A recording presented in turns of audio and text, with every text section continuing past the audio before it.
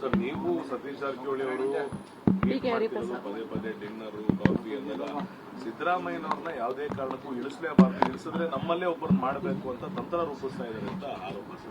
ಯಾರು ಮಾಡಿದ್ದಾರೆ ಆರೋಪ? ಅಲ್ಲ, ಆರೋಪ ಯಾರು ಮಾಡಿದ್ದಾರೆ ನಾನೆಲ್ಲೂ ಕೇಳಲಿಲ್ಲಪ್ಪ. ಯಾರು ಆರೋಪ ಮಾಡಿ ಸ್ಪೆಸಿಫಿಕ್ ಆಗಿ ಹೇಳಿದ್ರೆ ಅವ್ರ ಮೇಲೆ ಉತ್ತರ ಕೊಡ್ತೀನಿ ನಾನು. ಪಕ್ಷದೊಳಗೆ ಚರ್ಚೆ ಅಲ್ಲ, ಊಟ ಮಾಡೋದು, ಜೊತೆನಲ್ಲಿ ಓಡಾಡೋದು, ಮತ್ತೆ ನಾವು ಜೊತೆಯಲ್ಲಿ ಟ್ರಾವೆಲ್ ಮಾಡೋದು, ಅದೇ ಒಂದು ಆತಂಕ ಸೃಷ್ಟಿ ಮಾಡೋದಾದ್ರೆ ಭಾರತೀಯ ಜನತಾ ಪಾರ್ಟಿಗೆ ಇನ್ನೂ ಜಾಸ್ತಿ ಮಾಡ್ತೀವಿ.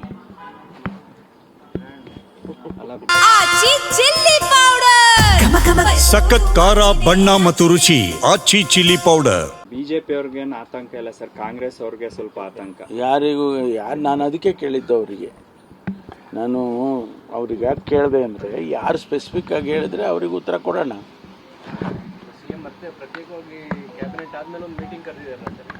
ಅಧಿವೇಶನ ಸಿದ್ಧತೆ ಬಗ್ಗೆ ಸಚಿವರು ಸಭೆ ಕರೆದಿದ್ದಾರೆ ಸರ್. ಇವತ್ತು ಸಿಎಂ ಕರೆದಿದ್ದಾರ? 4 ಗಂಟೆಗೆ ಕರೆದಿದ್ದಾರೆ. ನನ್ನನ್ನೇನು ಕರೆದಿಲ್ಲ. ಅಲ್ಲ, ನಮ್ಮನ್ನೇನು ನನಗಿನ್ನೂ ಮಾಹಿತಿಗಳು ಬಂದಿಲ್ಲ. ಏನಾದ್ರು ಕ್ಯಾಬಿನೆಟ್ಟಲ್ಲಿ ಏನಾದ್ರು ಹೇಳ್ಬೋದು. ಹೊಸ ಸಂಪ್ರದಾಯ ಅನಿಸ್ತಾರೆ ಬೆಳಗ್ಗೆ ಸೆಷನ್ ಮುಂಚೆ ಸಚಿವರುಗಳು ಪ್ರತ್ಯೇಕವಾಗಿ ಕರೀತಾ ಇರೋದು. ಅದು ಅವರ CLPಗಳು ನಡೀತಾ ಇತ್ತು. ಅವರ ವಿವೇಚನೆಗೆ ಬಿಟ್ಟಿದ್ದು. ಮುಖ್ಯಮಂತ್ರಿಗಳಿಗೆ ಹಿಂಗೆ ನೀವು ಮಾಡಬೇಕು ಅಂತ ಯಾರಾದರೂ ಹೇಳೋಕ್ಕಾಗುತ್ತಾ?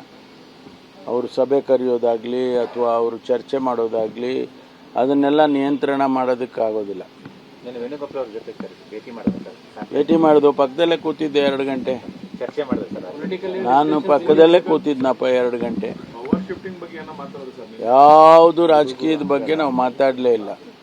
ನಾರಾಯಣ ಗುರು ಅವರು ಏನೋ ಅವ್ರ ಬಗ್ಗೆ, ಅವರ ಕಾಂಟ್ರಿಬ್ಯೂಷನ್ ಬಗ್ಗೆ ಅದನ್ನು ಮಾತಾಡಿದ್ವಿ ವಿನಃ ನಾವು ಇದು ಯಾವುದು ಸಚಿವರ ನಿಯೋಗ ಹೋಗಬೇಕು ಅಂತೆಲ್ಲ ಚರ್ಚೆ ಆಗಿತ್ತು. ನಿನ್ನೆ ಅವರೇ ಬಂದಿದ್ರು, ವೇಣುಗೋಪಾಲ್ ಅವರೇ. ಚರ್ಚೆ ಇತ್ತು. ಸಚಿವರ ನಿಯೋಗ ಹೋಗಬೇಕು ಅಂತ ಎಲ್ಲಿ ಬಂದಿತ್ತು? ಯಾವ ಸಚಿವರು? ಅಲ್ಲ, ಕೆಲವು ಪ್ರಮುಖ 3-6 ಜನ ಸಚಿವರು ಹೋಗೋದ್ರ ಬಗ್ಗೆ ಚರ್ಚೆ ಆಗಿತ್ತು ಸರ್. ಅಲ್ಲ, ಆಗಿತ್ತಾ? ಅಲ್ಲ, ಅವರು ಇಲ್ಲೇ ಬಂದಿದ್ರಲ್ಲ. ಬಟ್ ಇದು ಯಾವುದು ಚರ್ಚೆ ಮಾಡಲಿಲ್ಲ.